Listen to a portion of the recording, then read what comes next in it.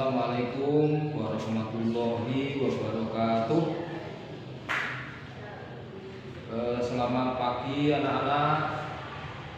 Bagaimana keadaannya? Semua sehat?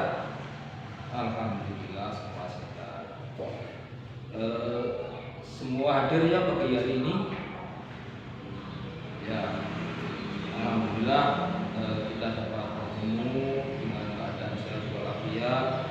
Ini adalah rahmat dari Allah yang harus kita syukuri, supaya Allah senantiasa menambahkan nikmatnya kepada kita sekalian. Untuk pagi hari ini, pelajaran pertama yang akan kita bahas adalah tentang hak. Apa itu hak, bagaimana cara menggunakannya, dan bagaimana kaitan hak dengan kewajiban dan tanggung jawab. Namun yang akan kita bahas pagi hari ini adalah tentang hak. Sebelum kita membahas tentang hak, kita ingat-ingat pelajaran yang kemarin, yaitu tentang tokoh dunia yang menciptakan perubahan dunia, yaitu Bapak Michael Faraday yang menemukan generator sebagai pembangkit listrik.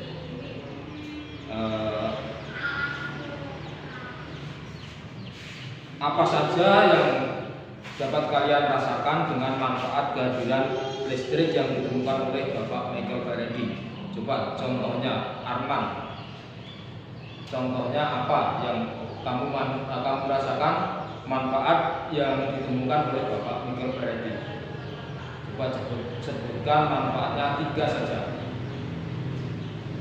Ya, bagus, betul. Kemudian Indri, apa manfaat yang kamu rasakan dengan ditemukannya listrik oleh Bapak Michael Faraday selain yang disebutkan Arman tadi? Coba ini sebutkan 3. Ya, bagus. Ini artinya kalian sudah memahami, sudah mendalami pelajaran yang kemarin, yaitu tentang penemu listrik, yaitu Bapak Michael Faraday sebagai bapak listrik sedunia yang telah membawa manfaat kepada kita sekalian. Dengan adanya listrik, semua aktivitas manusia dapat terbantu dan semua orang mempunyai hak untuk menggunakan listrik. Namun dalam penggunaannya harus menghemat energi supaya energi listrik yang dihasilkan tidak cepat habis. Dan bagaimana penggunaannya itu termasuk hak kita semua. Maka hari ini, pagi ini kita akan mempelajari tentang hak. Coba ada yang tahu hak itu apa? Tidak ada yang tahu? Oh iya, Adi, coba hak itu apa? Ya, betul. Hak adalah sesuatu yang mutlak didapatkan semua orang, atau hak yang layak didapatkan, termasuk hak untuk hidup, untuk bernapas, hak untuk berjalan, dan lain sebagainya. Nah, di sini ada pembagiannya. Ada pembagian hak yang harus didapatkan, di antaranya di sekolah, di rumah, dan di masyarakat. Semua orang punya hak yang sama.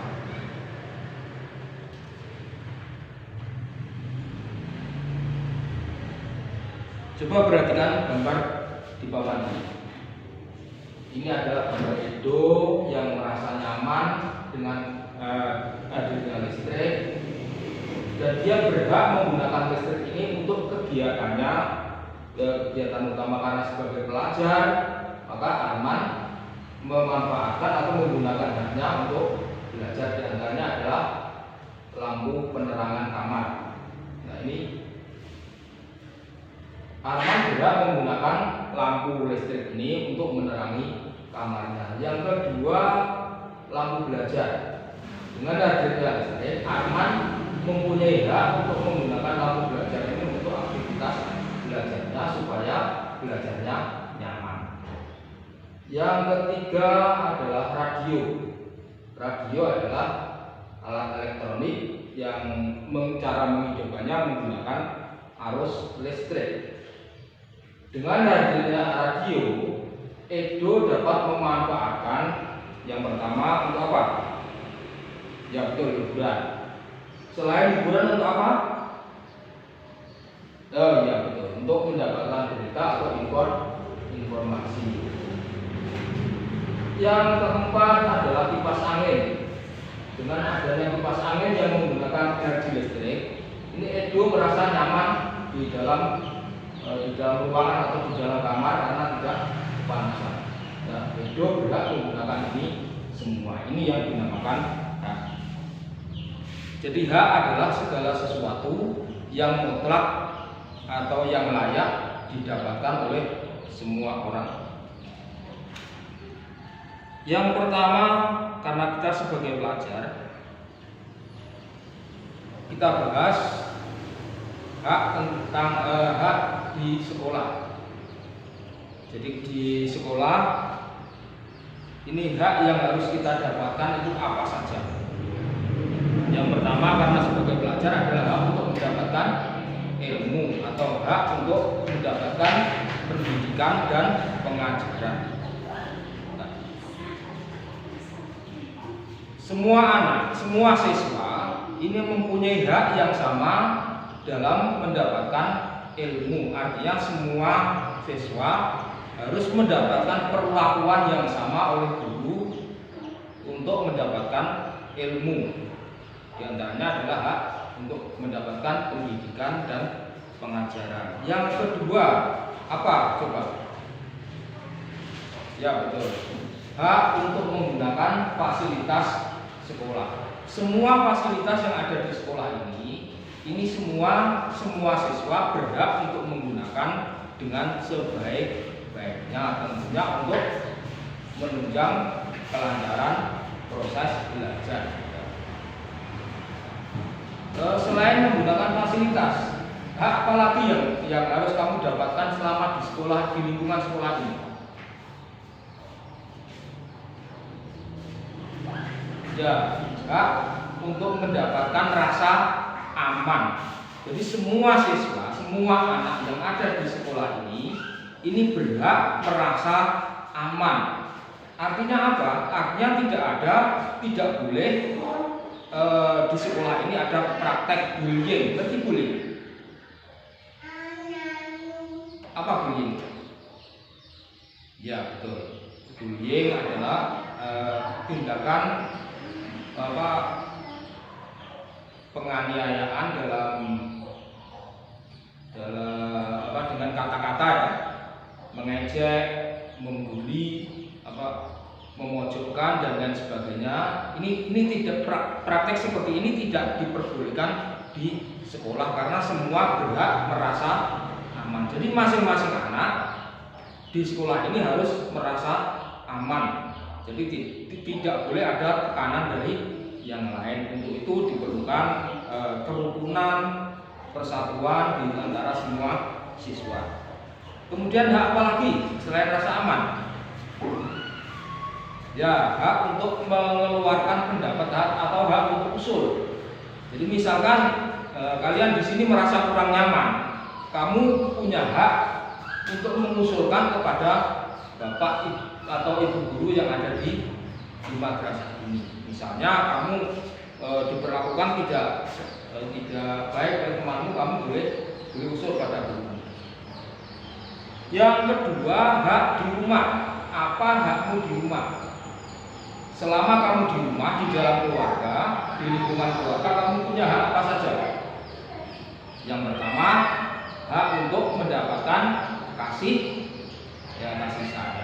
Jadi semua anggota keluarga itu mempunyai hak untuk mendapatkan kasih sayang, terutama dari kedua orang tua. Yang kedua, hak untuk hidup. Artinya apa? Hak untuk hidup ini artinya kalian semua punya hak untuk mendapatkan makanan karena kalian statusnya masih anak-anak, belum bisa bekerja, maka hak itu harus kamu dapatkan dari kedua orang tuamu. Selain hak untuk hidup, hak untuk apa lagi? Ya, sama dengan di sekolah, kamu di keluarga, di ruang keluarga juga punya hak untuk mengeluarkan pendapat. Jadi kamu punya hak untuk usul kepada orang tuamu tentang apa yang kamu butuhkan. Selain itu apalagi hak yang harus kamu dapatkan di rumah? Hak untuk merasa nyaman. Jadi kamu di rumah juga punya hak untuk merasa aman. Ini termasuk hak untuk mendapatkan perlindungan. Jadi kamu di rumah, di lingkungan keluarga, kamu punya hak untuk mendapatkan perlindungan dari kedua orang tua. Yang ketiga, hak kamu di masyarakat.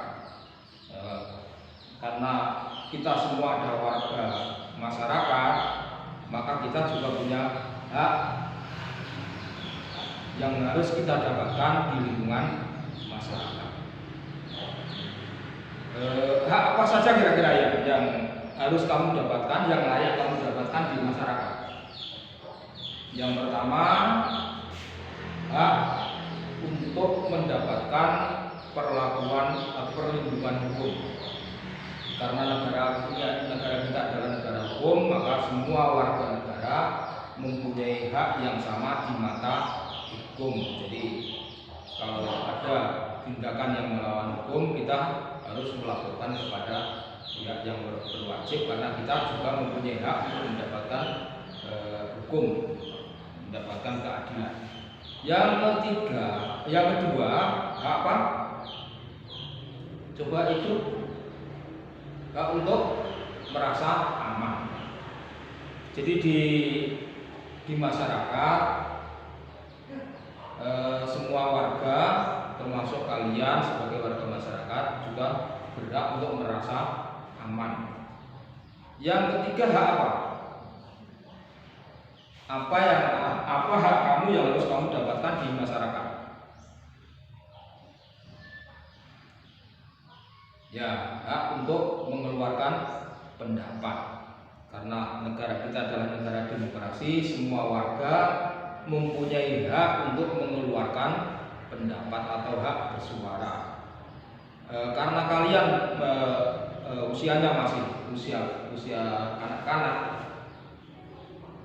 kalau warga masyarakat secara umum yang sudah dewasa itu mempunyai hak untuk memberikan suara, bukan suara berteriak, tapi suara untuk pemilihan. Contohnya untuk pemilihan bupati, pemilihan kepala desa, pemilihan presiden dan sebagainya. Kamu mempunyai hak untuk memberikan suaramu kepada calon yang kamu sukai itu besok kalau kamu sudah terjun di masyarakat. Tetapi ada satu hal yang harus kamu ingat dalam penggunaan hak ini, kamu harus bijaksana, jangan mentang-mentang ini hak kamu terus kamu gunakan sesukamu, tapi mengganggu orang lain itu tidak boleh. Contohnya seperti Edo yang punya radio. Edo punya hak untuk menggunakan radio ini, tapi tidak boleh sampai mengganggu orang lain. Ini jadi dalam penggunaan hak itu harus bijaksana. Sampai di sini dulu. Kira-kira ada pertanyaan tentang hak yang harus kamu dapatkan? Ya, alhamdulillah semua sudah paham. Jadi pesan saya dalam penggunaan hak ini, jangan sampai kita menggunakan hak ini mengganggu orang lain. Sampai di sini dulu pertemuan kita kali ini. Semoga apa yang kita pelajari hari ini membawa manfaat, khususnya untuk kita sendiri. Umumnya semoga apa yang kita pelajari manfaat untuk orang lain, untuk masyarakat luas. Ini harapan saya karena kalian adalah calon-calon pemimpin bangsa ini. Belajarlah yang rajin, belajarlah yang giat, tetap semangat agar kalian menjadi orang yang berguna bagi keluarga, nusa bangsa, dan berguna juga untuk agama. Akhirnya marilah kita akhiri pertemuan ini. Mudah-mudahan dalam pertemuan yang akan datang kita dapat bertemu dengan suasana yang lebih menyenangkan. Akhirnya saya akhiri, wabillahi taufiq wal hidayah, waridho wal inayah. Wassalamualaikum warahmatullahi wabarakatuh.